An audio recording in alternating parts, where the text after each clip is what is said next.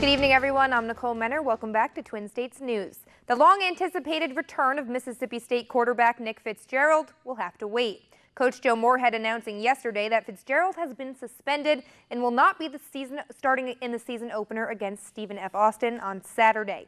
Fitzgerald will serve a one-game suspension due to violation of a team policy before returning next week. Coach Moorhead said the violation occurred back in March. Keaton Thompson, who saw the bulk of the quarterback duties last year when Fitzgerald was injured, will start in his place. Thompson had a pair of 100-yard-plus performances on the ground late last year, including a 3-touchdown performance in the team's win in the Tax Slayer Bowl.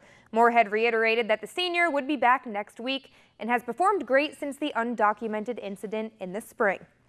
Nick's violation of team rules occurred in March. And since that time, he's been elected team captain.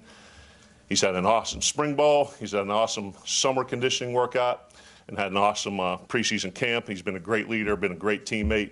Nick will serve a suspension and won't play this week and come back and be our starter against Kansas State. Our guys certainly understand. We talk about choices and consequences and decision-making and accountability. And, certainly they understand that, going to have to, deal with, the consequence of their choice. And then we're going to see those guys back on the field soon. In addition to Fitzgerald, both offensive lineman Michael Story and defensive tackle Corey Thomas will also miss Saturday's game due to a suspension.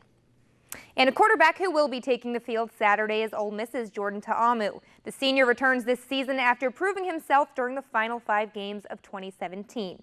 In his first career start, he threw for 368 yards, the most ever by an Ole Miss quarterback in their first. Now, not only is Ta'amu impressing on the field, quarterbacks coach Phil Longo has raved about his leadership among the team.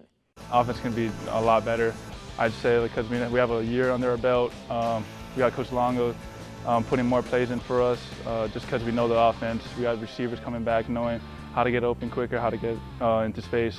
And just by that, our offense is getting a lot better. The word leadership is exactly what he's focused on. I think understanding the offense and learning how to execute it without mistake is what his charge was last year in the fall, and he did a great job when he came in as a starter.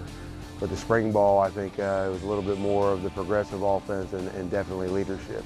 Jordan, much to his credit, has done a great job mentoring and modeling what needs to be done to be a great SEC quarterback.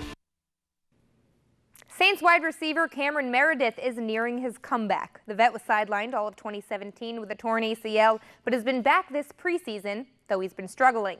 Meredith is yet to catch a pass on 48 snaps, and coach Sean Payton has noted that he's a little bit behind, but that doesn't mean that we should count him out.